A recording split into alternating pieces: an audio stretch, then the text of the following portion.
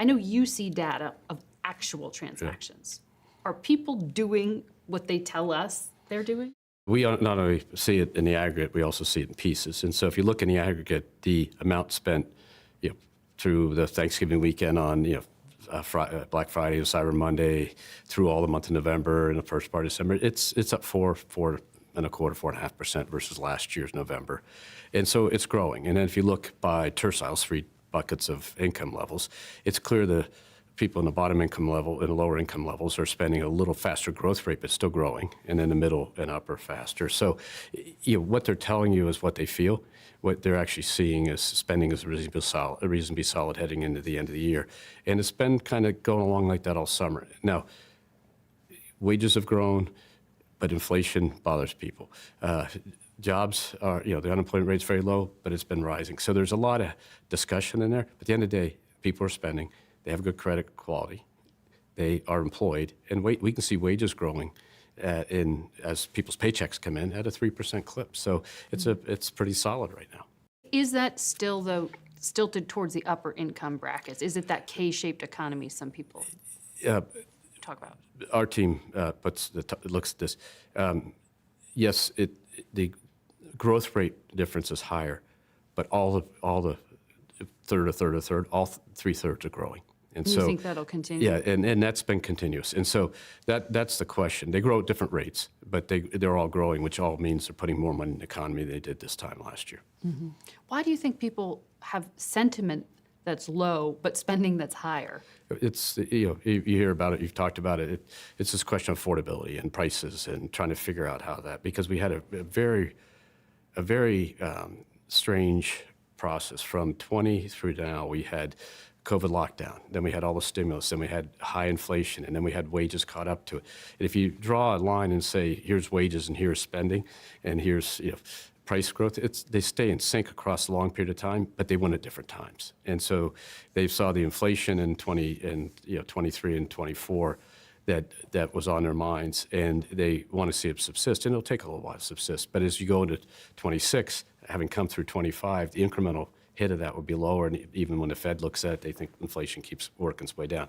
But it's what people feel, and you can't discount that. And it's also at certain job categories and stuff, there's been more dislocation, and that's due to some of the government downsizing and some of the other things going on. But it's not widespread. At 4.6% unemployment is the last number they published. Mm-hmm. That's still in our business careers is actually a very low unemployment rate, frankly. Mm-hmm.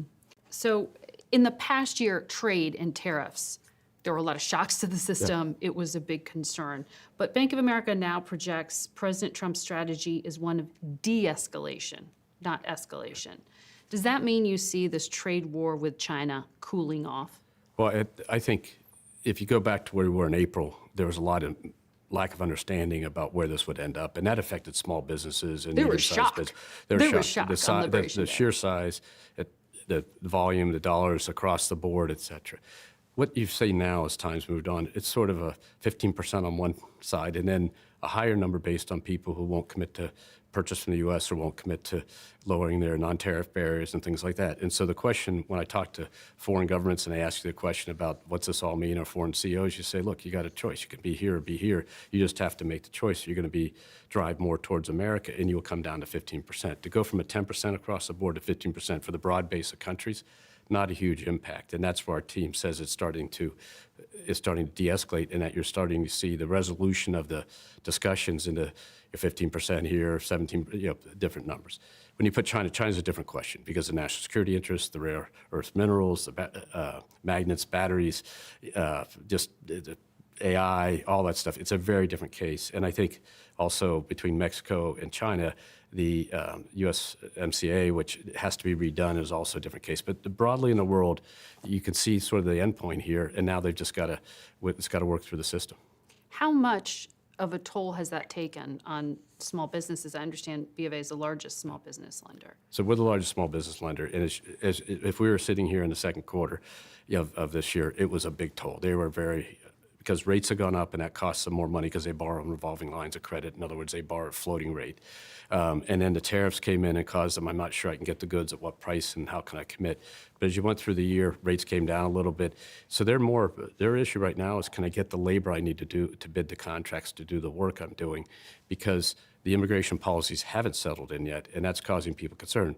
It's not that they agree with them or disagree, they just need to have the answer, and that's what they're looking for. So if you think across 4 policy regimes, tax, trade tariff, immigration, and then ultimately deregulation, you've seen a resolution of a lot of them, but I think the next one for a small business, what they tell us is labor availability.